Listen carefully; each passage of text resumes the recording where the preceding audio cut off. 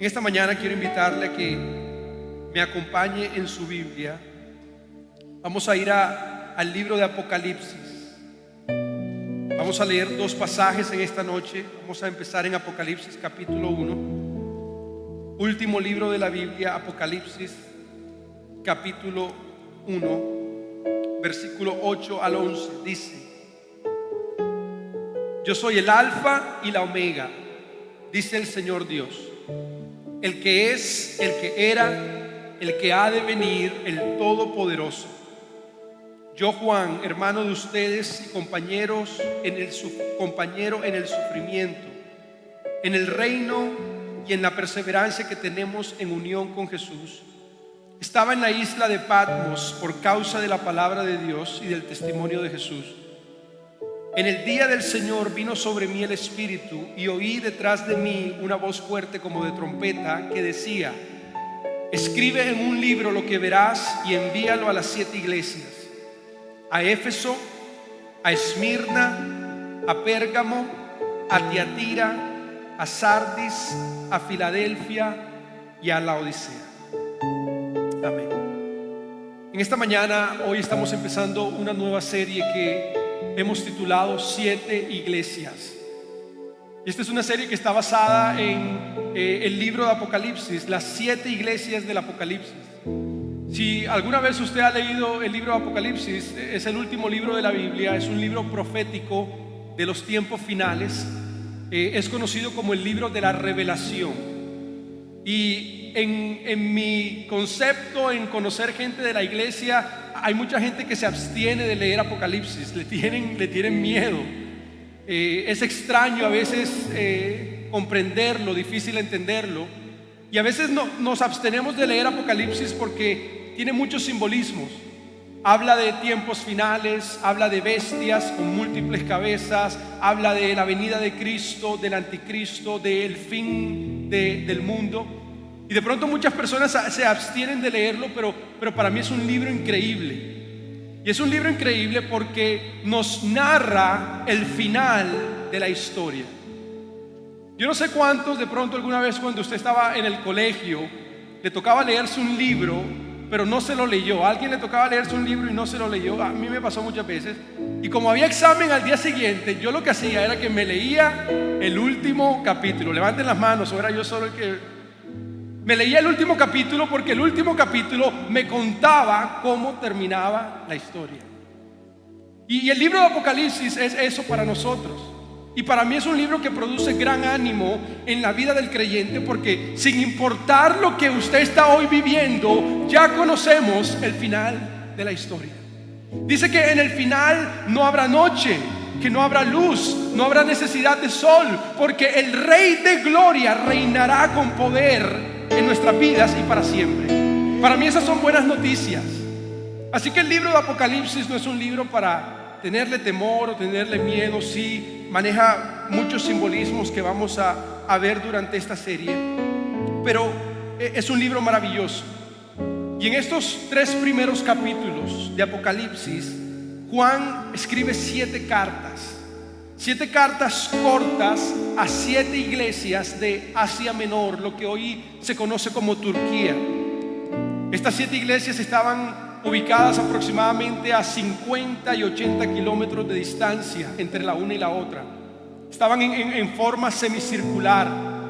Por eso el orden en el que el apóstol Juan escribe a las iglesias, empezando con Éfeso y terminando con Laodicea, porque el correo o el mensajero hubiese entregado estas cartas en ese orden. Hubiese empezado con Éfeso, Esmirna, Pérgamo, Tiatira, Sardis, Filadelfia y Laodicea. Y para mí algo interesante de esto es que estos son los nombres de las ciudades en donde estas iglesias estaban. Estos no eran los nombres de las iglesias.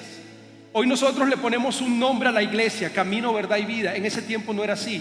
Era la iglesia de Éfeso, la iglesia de Sardis. Era como decir hoy la iglesia de Barranquilla, la iglesia de Cartagena. Era toda una iglesia, cristianos en diferentes lugares de la ciudad, pero era una sola iglesia.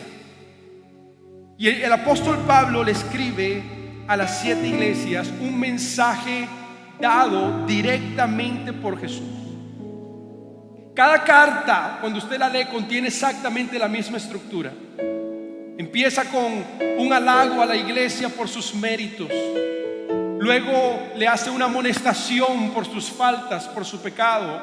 Y luego le da una oportunidad de arrepentirse. Todas las cartas tienen la misma estructura, pero están abordando asuntos distintos que cada una de estas iglesias enfrenta.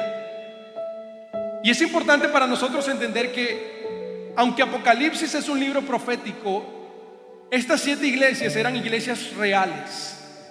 Existían cristianos del primer siglo enfrentando persecución y adversidad.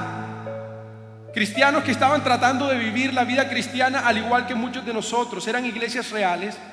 Pero también cada carta, yo creo que tiene un significado valioso para nosotros hoy. Y cada carta está abordando peligros que hoy la iglesia de los últimos tiempos también enfrenta.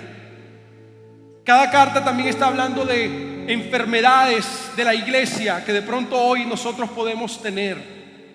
Y es una advertencia de Jesús a nosotros, a la iglesia de Barranquilla, a la iglesia de Colombia, a la iglesia de las naciones, en decirnos: esto es profético, estamos en los últimos tiempos y necesito escribirte una carta. ¿Cuántos están listos para escuchar lo que el Señor quiere hablarnos en esta mañana? En esta mañana vamos a empezar con nuestra primera iglesia, o nuestro primer tema. Y el mensaje de hoy, cada semana le voy a dar un nombre a la iglesia. Hoy vamos a hablar de Éfeso, la iglesia desenamorada. Si usted necesita un título para sus notas, puede colocar Éfeso, la iglesia desenamorada. Y vamos a leer otros pasajes. Apocalipsis 2, versículo 1 dice: escribe al ángel de la iglesia de Éfeso. Esto dice el que tiene las 7 estrellas en su mano derecha y se pasea en medio de los 7 candelabros de oro. Conozco tus obras, tu duro trabajo, tu perseverancia. Sé que no puedes soportar a los malvados y que has puesto a prueba a los que dicen ser apóstoles, pero no lo son. Has descubierto que son falsos. Has perseverado y sufrido por mi nombre sin desanimarte. Sin embargo, tengo en tu contra que has abandonado tu primer amor.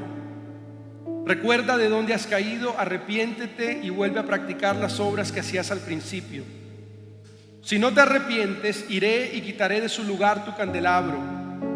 Pero tienes a tu favor que aborreces las prácticas de los nicolaítas, los cuales yo también aborrezco. El que tenga oídos, que oiga lo que el Espíritu dice a las iglesias. Al que salga vencedor le daré derecho a comer del árbol de vida que está en el paraíso de Dios. Éfeso, la iglesia desenamorada. Y hoy quiero hablar más específicamente acerca de cómo recuperar tu amor perdido. Cómo recuperar tu amor perdido. Ya vi que algunos empezaron a tomar notas. No estoy hablando de ese amor perdido del colegio. No estoy hablando del amor perdido de la universidad. Cómo recuperar nuestro primer amor. Y quiero preguntarle en esta mañana, levánteme la mano bien en alto. ¿Alguien aquí alguna vez ha estado enamorado? Levante su mano. Si usted está casado, levante la mano, porque si no le va a ir mal. ¿Cuántos han estado enamorados alguna vez? Hay una haciendo así. Quiero que me ayude hoy un poco con el mensaje. Quiero preguntarle, ¿cuáles son las cualidades que caracterizan a una persona enamorada? Sé que tenemos tapaboca, pero gríteme, yo aquí trato de entender. ¿Qué caracteriza a una persona que está enamorada? Siempre piensa en el otro. Quiero estar con ella. Lealtad, ¿qué más? ¿Cómo? Pasión. ¿Quién fue ese que dijo pasión? Pasión, detalles. ¿Cómo? El más bello de todos. El amor. ¿Cómo? Le dedica tiempo. Un amor. Un ramo de rosas. Uy, el hermano Petro va con todas. Pasamos tiempo, compartimos. Por ahí escuché a alguien decir, y que más intenso que novio feo. quiero estar con ella todo el tiempo. Ya hablamos por teléfono. ¿Cuántos se quedaban hasta tarde hablando por teléfono?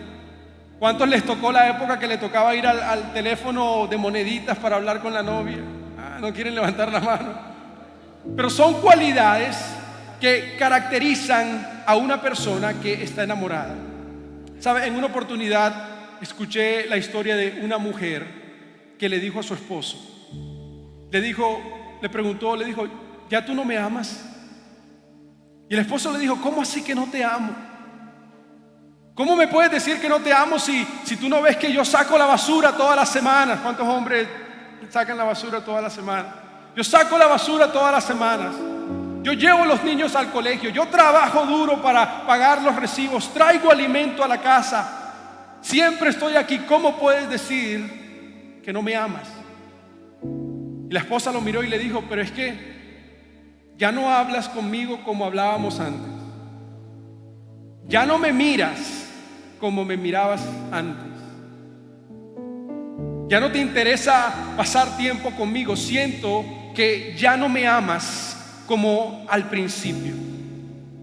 Y sabes, esta es la condición de la iglesia del libro, de la iglesia de Éfeso, de la iglesia de los Efesios. Y quiero hablar de algunas cosas importantes que pueden hoy relacionarse a nuestra condición también como iglesia.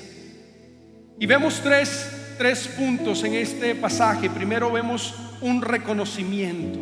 Diga reconocimiento. Primero vemos un profundo reconocimiento de parte de Jesús con la iglesia de Éfeso. Dice el versículo 1, escribe al ángel de la iglesia de Éfeso. De pronto aquí hay algunos que leen y ya se confundieron. ¿Cómo así que al ángel? La palabra ángel significa mensajero de Dios. Así que cuando Juan le escribe al ángel de la iglesia de Éfeso, le está escribiendo al mensajero de la iglesia, en otras palabras, al pastor, al líder, al liderazgo. Escribe al ángel de la iglesia de Éfeso, y el versículo 2 le dice, conozco tus obras, tu duro trabajo y tu perseverancia. Quiero darle un poquito de contexto en esta mañana para que nos ubiquemos, y quiero que sea paciente porque esto es muy importante para entender lo que hoy Jesús quiere hablarnos. Éfeso, la ciudad de Éfeso era el principal centro comercial, cultural y económico de Asia en ese tiempo. Era una ciudad portuaria.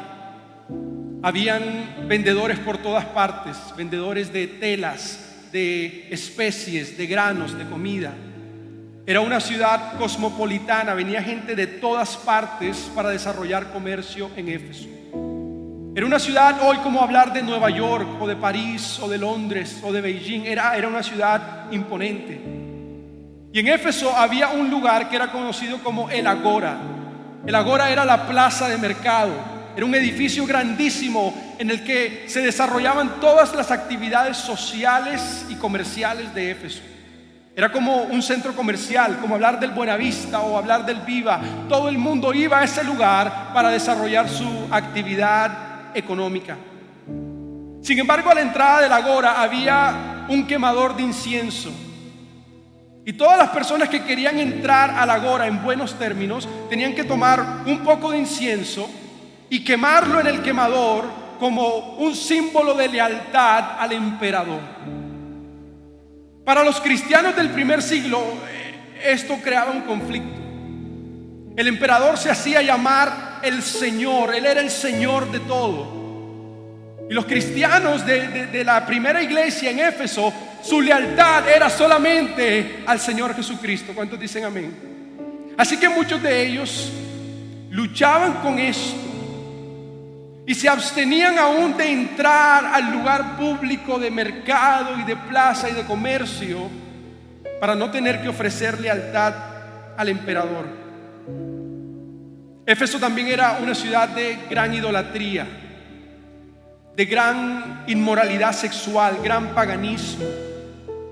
Habían 14 templos idólatras a diferentes deidades, a diferentes dioses.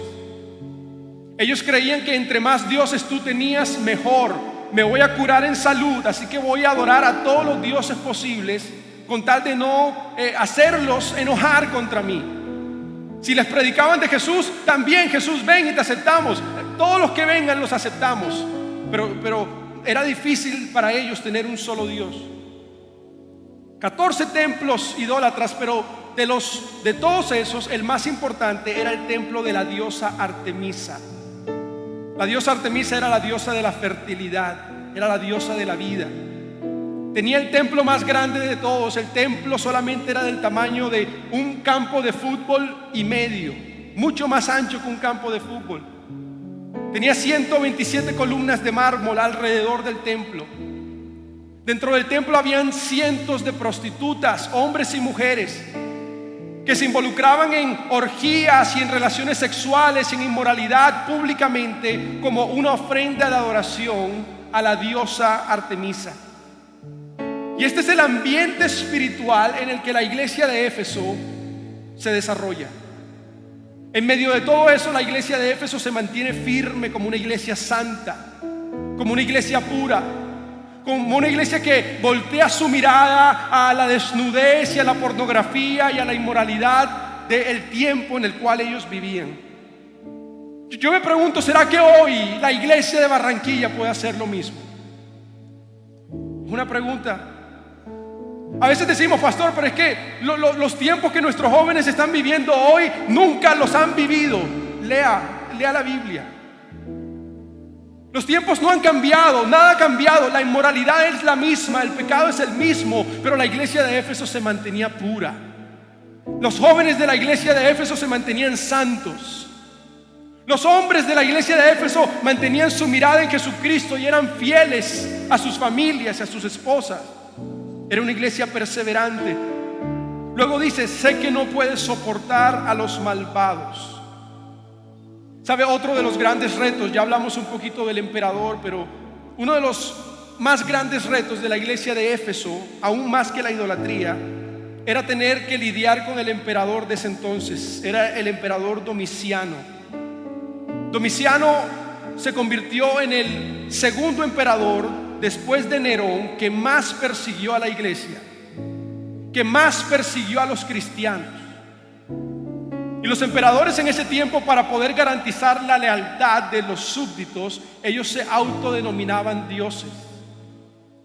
Domiciano tenía una estatua de 15 metros de altura a la entrada de Éfeso. Todos los barcos, todo el que entraba podía ver cuán grande era él. Su estatua era sostenida por las 14 deidades que habían en Éfeso. Imagínense, todos los otros dioses lo sostenían a él. Él era el más grande de todos. Y perseguía a los cristianos, perseguía a la iglesia. Iban de casa en casa preguntando lealtades. ¿A quién sirves tú? ¿Al emperador? Y si no decías, él es mi Señor y sirvo a él solamente, entonces te sacrificaban. El nombre de Jesús era una ofensa al emperador. El nombre de Jesús era un peligro para cualquier imperio político de la tierra. Y los efesios lidiaban con esto. El versículo 2 dice: y sé que has puesto a pruebas a los que dicen ser apóstoles, pero no lo son, y has descubierto que son falsos. Has perseverado y sufrido por mi nombre sin desanimarte.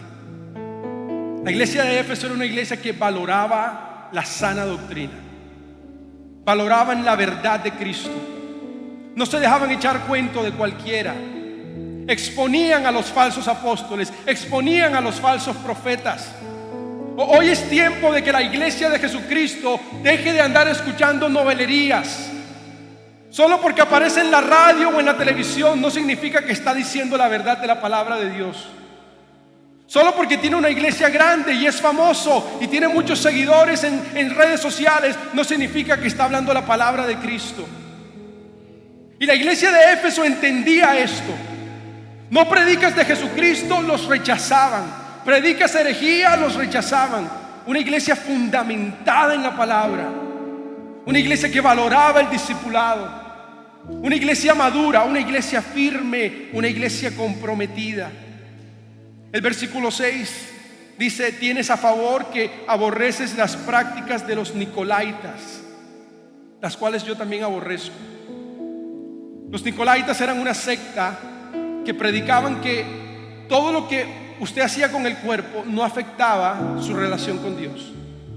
Ellos creían el cuerpo es pecaminoso, así que con tal de que tu espíritu esté bien con Dios, puedes hacer cualquier cosa con tu cuerpo. Y ellos se involucraban en inmoralidad sexual, se involucraban en adulterio, en fornicación, comían alimentos ofrecidos a otros dioses en idolatría. Eso era lo que predicaba, y muchas iglesias se habían contagiado de eso. No importa que tengas sexo con tu novia, a lo que Dios le importa es el corazón. No importa que le seas fiel a tu esposa o a tu esposo, Dios ve es el corazón. No, eso eran los nicolaitas. Y la teología de los nicolaitas hoy también ha infiltrado nuestra sociedad. Ha infiltrado a la iglesia en pensar de que yo puedo seguir pecando con mi cuerpo el sábado por la noche y el domingo en la mañana todo puede estar bien. No afecta mi relación con Dios. Por supuesto que afecta tu devoción a Dios. Por supuesto que enfría tu corazón. Por supuesto que destruye tu matrimonio. Pero la iglesia de Éfeso entendía esto claramente. Una iglesia poderosa. ¿Sabes? Si yo pudiera tener la oportunidad de pastorear cualquier otra iglesia del Nuevo Testamento, Éfeso sería esa iglesia. Yo votaría por Éfeso como la iglesia del año, la iglesia número 1 del Nuevo Testamento. Una iglesia perseverante, comprometida, entregada a la palabra, a la sana doctrina, santa. Se apartaba del pecado, pero ahora Jesús le dice: sin embargo, tengo algo en tu contra. Sin embargo, tengo algo contra ti. Número 1, le hace un reconocimiento, pero ahora número 2, le hace una reprensión, una amonestación. Dice: tengo en tu contra que has abandonado tu primer amor. Esta frase literalmente en el griego significa: ya no me amas como al principio. Ya no me amas como me amabas al principio. Has abandonado el amor que tenías por mí al principio. Cuando la Biblia habla del primer amor, está haciendo referencia a qué es lo primero en tu vida, qué es lo primero en orden de prioridades, qué es lo primero en orden de importancia. Has abandonado ese primer amor. Yo no sé si recuerda cuando la gente se le acercó a Jesús y le preguntó: Señor, ¿cuál es el primer y el más grande mandamiento de todos? Y Jesús le dijo: amarás al Señor tu Dios con todo tu corazón, con toda tu mente, con toda tu alma y con todo tu espíritu. Este es el primero y más importante mandamiento. Y ahora Jesús le escribe a la iglesia y le dice: has abandonado lo primero. Has abandonado tu primer amor. Ya no me amas como me amaban antes. En medio de su lucha y en medio de su perseverancia y en medio de su entrega a Dios, los efesios han permitido que se les enfríe el amor.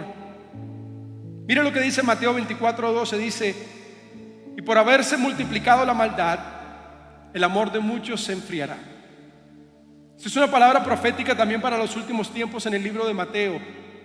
Por haberse multiplicado la maldad, el amor de muchos se enfriará. ¿Qué quiere decir eso?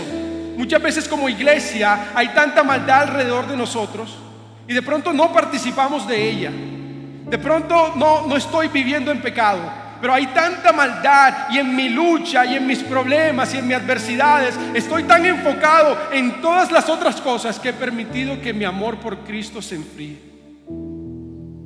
Esto es lo que le está pasando a Éfeso. Cambiaron su devoción por religión.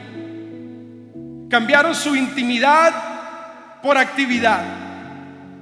Cambiaron el deseo de que antes hacían las cosas porque querían, ahora están haciendo las cosas porque debían, por compromiso, porque soy líder, porque soy parte del grupo de alabanza, porque no quiero que el pastor me llame la atención, porque no quiero que la gente piense mal de mí. Sigo cumpliendo con mis responsabilidades, pero se me ha enfriado el amor. Y sabe, de pronto hay personas aquí en esta mañana que tú antes servías por lo que Jesucristo había hecho por ti. Antes no había que rogarte para que sirvieras. Antes no había que perseguirte para que cantaras o para que estuvieras en anfitriones. Antes no había que agendarte un mes antes para ver si podías predicar o danzar o servir en Kingdom Kids. Antes lo hacías con amor y compasión, pero ya no amas como lo hacías al principio. De pronto hay personas en este lugar que hace mucho tiempo llegaban de primero a la iglesia. No habían ni abierto la puerta y ya estaban listos para venir y orar y prepararse y saludar a los hermanos. No queríamos perdernos el tiempo de alabanza, pero ahora llego a la mitad de la prédica, me voy antes de que el pastor diga amén, porque ya no amo como antes.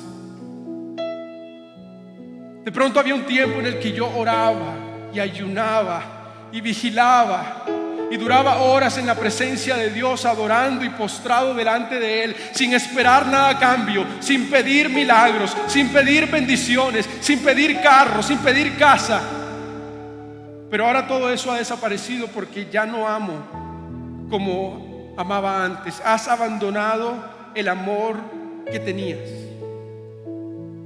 De pronto hay jóvenes que vienen por complacer a sus padres solamente. De pronto hay esposos que vienen por complacer a sus esposas. De pronto hoy viniste porque después del culto van a ir a almorzar, y si no venías a la iglesia, pierdes. Va a mandarse un aguacero, así que perdieron todos de todas maneras. Esto es bueno. Esto va para largo hoy. Puedo predicar como hasta las 3 de la tarde entonces. Denle un aplauso al Señor bien fuerte de alabanza. Amén.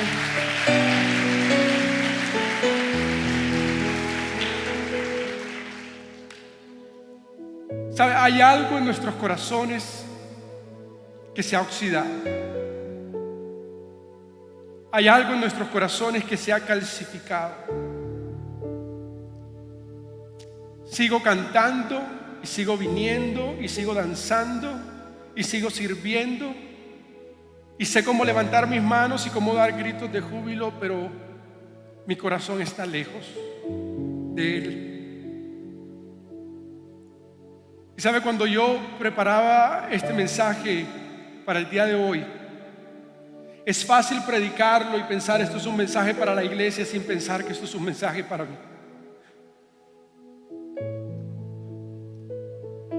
Y yo le preguntaba, Señor, ¿será que tú tienes algo en mi contra?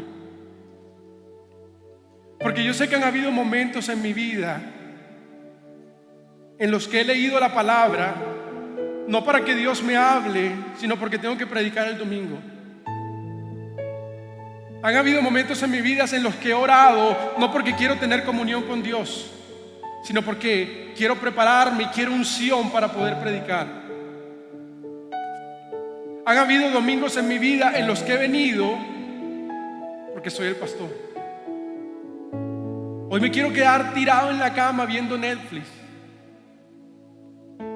pero toca levantarse y arreglarse y venir a cumplir con mis compromisos y con mis deberes y con mis responsabilidades. Y sabes, si soy honesto, en mi matrimonio también me he equivocado en este área. Muchas veces he pensado que si cumplo con mi lista de lo que me pone en la categoría de buen esposo, entonces ella se debe sentir amada. Y nunca se lo he dicho, pero muchas veces lo he pensado. Muchas veces he pensado, yo no soy infiel, yo no soy borracho, yo no hago drogas, yo no golpeo a mis hijos y a mi esposa, yo soy un buen trabajador. Eso debe ser suficiente para que ella sienta que la amo. Y el Señor dice, pero ya no expresas amor como al principio. Ya no amas como amabas antes. Podemos convertirnos en solamente compañeros de cuarto. Tú pagas esto, yo pago lo otro. Yo llevo a los niños al colegio, tú cocinas. Tú haces lo otro, yo vengo. Tú vas. Y terminamos viviendo juntos. Pero se acabó el amor. Se desapareció el amor porque ya no hay pasión, ya no hay flores, ya no hay salidas a comer juntos, ya no nos agarramos de la mano, ya no hay intimidad con la misma frecuencia que había antes, ya no nos comunicamos y pasamos horas hablando, ahora todo es negocios, ahora todo es asuntos de la administración de la casa y se nos ha acabado el primer amor. Él empieza con un reconocimiento, luego hace una reprensión y número 3, ahora Él les da el remedio. Diga remedio. El remedio, ¿cómo recupero mi primer amor? Quiero decirle 3 cosas que Jesús le dice a la iglesia. Número 1, le dice recuerda. Dile al que tiene al lado, dile recuerda. Le dice recuerda de dónde has caído. Recuerda en dónde estabas antes, cuando amabas con toda tu pasión. Recuerda cuando le abrías la puerta del carro. Ahora te tiene que golpear la ventana para que le abras. Recuerda cuando salían a caminar juntos en el parque. Recuerda cuando la llamabas y durabas horas hablando con ella por teléfono. Recuerda cuando tus amigos te invitaban a jugar fútbol y les decías no puedo porque tengo un compromiso, y te escapabas para donde la novia. ¿Recuerdas cuando estabas en la luna de miel? Eso es lo que Cristo le está diciendo a la iglesia. Recuerda cuando pasabas tiempos. Recuerda, si tiene a su esposa, a su esposo al lado, dígale recuerda. Métale un codazo duro a su esposo, dígale recuerda. Recuerda cuando tú lo acompañabas a él a sus partidos de fútbol y le hacías barras y porras. Ahora ni siquiera quieres acompañarlo. Recuerda cuando le preguntabas qué quieres comer y ella decía no, tú decides, no, decide tú, no, lo que tú quieras, no, lo que tú quieras. Ahora tienes años que no te has podido comer lo que quieres porque ella no te deja ir a comer a ese lugar ya. Ahora dile a tu esposa, no le metas un codazo, pero dile acuérdate, recuerda. Y le está diciendo Dios a la iglesia, recuerda el amor que tenías al principio. Recuerda en la Santa Cena que tuvimos un momento, Él les dice, hagan esto en memoria de mí hasta que venga. Si usted quiere recuperar su primer amor, lo primero que tiene que hacer es recordar cómo las cosas eran antes. Recuerda que Jesucristo te salvó. Recuerda que Jesucristo te libertó del pecado. Recuerda que te sacó de la adicción. Recuerda que te sanó con su mano milagrosa. Recuerda cuando orabas, recuerda cuando ayunabas, recuerda cuando buscabas, recuerda cuando levantabas las manos a Dios y querías servirle. Recuerda cómo eran las cosas en el principio. Recuerda de dónde has caído. Número 2, le dice arrepiéntete. Ahora quiero que mire a la persona que tiene al lado y así en un tono bien juicio, dígale arrepiéntete, dile así. Ahora dígaselo con amor, dígale arrepiéntete. ¿Sabe? Un matrimonio, de hecho ninguna relación puede ser restaurada si no hay arrepentimiento. Una cosa es pedir disculpas, otra cosa es estar arrepentidos. Nos hemos acostumbrado a disculparnos por las cosas que sabemos que vamos a seguir haciendo. El arrepentimiento es diferente. El arrepentimiento dice, tengo dolor por lo que hice, no quiero volverlo a hacer. El libro de Hechos dice, arrepentíos y convertíos de nuestros pecados para que vengan de la presencia del Señor tiempos de refrigerio. Usted quiere refrigerio en su matrimonio, usted quiere refrigerio en sus relaciones, tenemos que arrepentirnos. Y en Dios es lo mismo. Quiero un refrigerio espiritual, quiero volver al lugar en el que estaba antes. Necesito arrepentirme de mi pecado. Necesito arrepentirme de lo que hago, de los lugares que frecuento, de las cosas que salen de mi boca, de las cosas que salen de mi corazón, de lo que he tolerado. Arrepiéntete. Y número 3, el tercer ingrediente de este remedio es repite. Dice, vuelve a practicar las obras que hacías al principio. Recuerda, arrepiéntete y repite. Si usted quiere recuperar lo que usted tenía antes, usted tiene que volver a hacer las cosas que hacía antes. Creo que eso merece un amén más fuerte. Si usted quiere recuperar lo que tenía antes, tenemos que volver a hacer las cosas que antes hacíamos. Si usted antes tenía salud y usted comía bien y hacía ejercicio, pero se metió la pandemia y ahora es comida rápida todo el día, ahora no hago ejercicio y después de un año se nos empieza a notar la falta de salud, perdí mi salud. Si quiero recuperar lo que tenía antes, tengo que volver a hacer las cosas que hacía al principio. Si su matrimonio está en pedazos porque se le acabó el amor, le voy a dar una solución gratis, una consejería gratis. Vuelva a hacer las cosas que antes hacías cuando eran novios. Invítala a comer. Llévale un ramo de flores. Por ahí una canción que dice algo así: desayuno a la cama. No me la sé, eso es revelación de Dios. Cómprale flores, pero vuelve a hacer lo que hacías al principio. ¿Sabe? Yo creo que nosotros le hemos puesto mucho misticismo al amor. El amor no es tan místico como nosotros pensamos. A veces pensamos que lo vio. Dalila vio a Santander y la hipnotizó. No fue así. Él empezó a hacer cosas, empezó a tomar decisiones que empezaron a producir que el amor creciera y naciera en ellos. Nosotros a veces decimos, pero es que no quiero seguir adelante porque no tengo amor. No es eso. Empieza a hacer ciertas cosas, el amor va a empezar a surgir en tu vida, el amor va a empezar a surgir en tu matrimonio, el amor va a empezar a surgir en tus relaciones. No quiero alabar, no quiero adorar, no quiero servir, no quiero cantar, estoy apático. Vuelve a hacer las cosas que hacías al principio.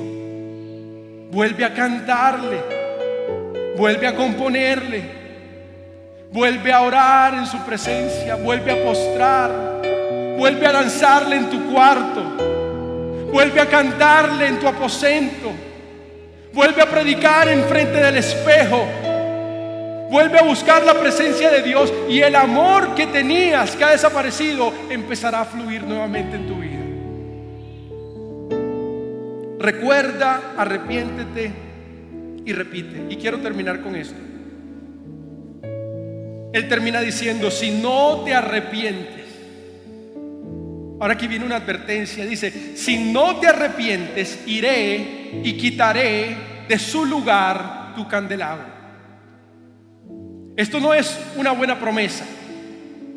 Si no te arrepientes, iré y quitaré de su lugar tu candelabro. El candelabro representa iluminación, representa luz, representa al Espíritu Santo. En otras palabras, está diciendo: hoy puedes ver. Hoy incluso puedes ver que estás en pecado. Hoy incluso puedes ver que estás mal. Pero si no te arrepientes, llegará el momento en el que será demasiado tarde. Quitaré de ti el candelabro. Quedarás ciego espiritualmente. David, cuando pecó, lo primero que dice es: no quites de mí tu Santo Espíritu, ni me eches de tu presencia. Devuélveme el gozo de la salvación. Necesito volver al lugar en el que yo estaba antes. ¿Saben? Una oportunidad escuché la historia de un padre que amaba mucho a su hija. Pasaban tiempo juntos. Para donde el papá iba, su hija pequeña lo seguía. El papá salía a caminar por el campo, su hija se iba detrás de él todos los días. Y un día de repente el papá se dio cuenta que él decía: voy a caminar, y ahora su hija no lo quería acompañar. Y esto pasó por 3 meses. El papá tenía el corazón roto, no sabía qué era lo que estaba pasando, con qué cosas su hija estaba lidiando.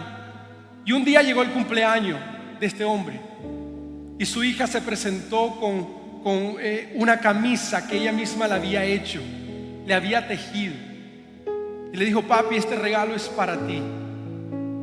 Y en ese momento el papá entendió en dónde su hija había estado todo ese tiempo. Todas esas horas libres ella se había ido y estaba tejiendo y tejiendo para poderle dar un regalo. Y el padre lo tomó en sus manos y le dijo: hija, gracias. Gracias, pero quiero decirte una cosa. Aunque valoro lo que has hecho por mí y aunque valoro lo que me has dado, la próxima vez prefiero tenerte a ti que cualquier cosa que tú puedas darme. Prefiero pasar tiempo contigo a que me sirvas.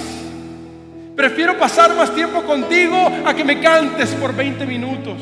Prefiero pasar tiempo contigo a que seas un buen predicador. Prefiero pasar tiempo, no me importa lo que me traigas, lo que quiero es pasar tiempo contigo. Hoy Dios está llamando a personas a que es tiempo de volver al momento como amábamos antes. De pronto hoy Dios está hablando a tu matrimonio. Pero más que a tu matrimonio o a tus relaciones, yo espero que Dios esté hablando a tu vida espiritual. No sé en dónde te encuentras hoy, pero hoy es tiempo de recuperar el amor perdido. ¿Cuántos dicen amén en esta mañana? Denle un aplauso al Señor de alabanza.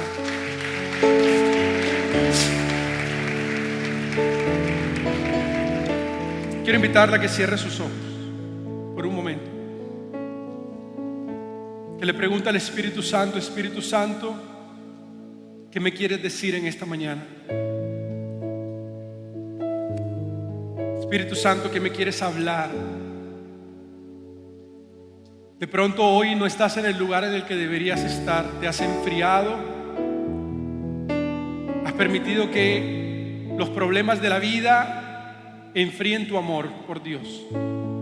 Estás tan enfocada o enfocado en tu problema, en tu tormenta, en tu adversidad, que tu relación con Dios solo se ha basado en luchar y pedir, pero has perdido devoción con Dios. Hoy, en nuestra primera semana, el llamado de Dios a la iglesia es tiempo de volver. Señor, hoy te doy gracias por este tiempo que nos permites estar aquí reunidos. Gracias por tu palabra, porque es viva y es eficaz, es más cortante que espada de dos filos. Y yo hoy oro por Camino, Verdad y Vida, una pequeña congregación en la ciudad de Barranquilla, pero que al igual que en los tiempos de Éfeso, luchamos contra grandes retos y adversidades. Señor, mi oración es que hoy, en medio de lo que hacemos, que nunca cambiemos nuestra devoción por religión, que nunca cambiemos nuestra intimidad por actividad, que nunca cambiemos nuestro amor por solo deberes. Hoy volvemos a ti y te necesitamos. Espíritu Santo, enciende hoy la llama del amor en cada creyente, en cada persona, en cada familia, en cada joven, en nuestros niños. Hoy enciende el amor, que ardamos con pasión por ti, Señor. Te necesitamos.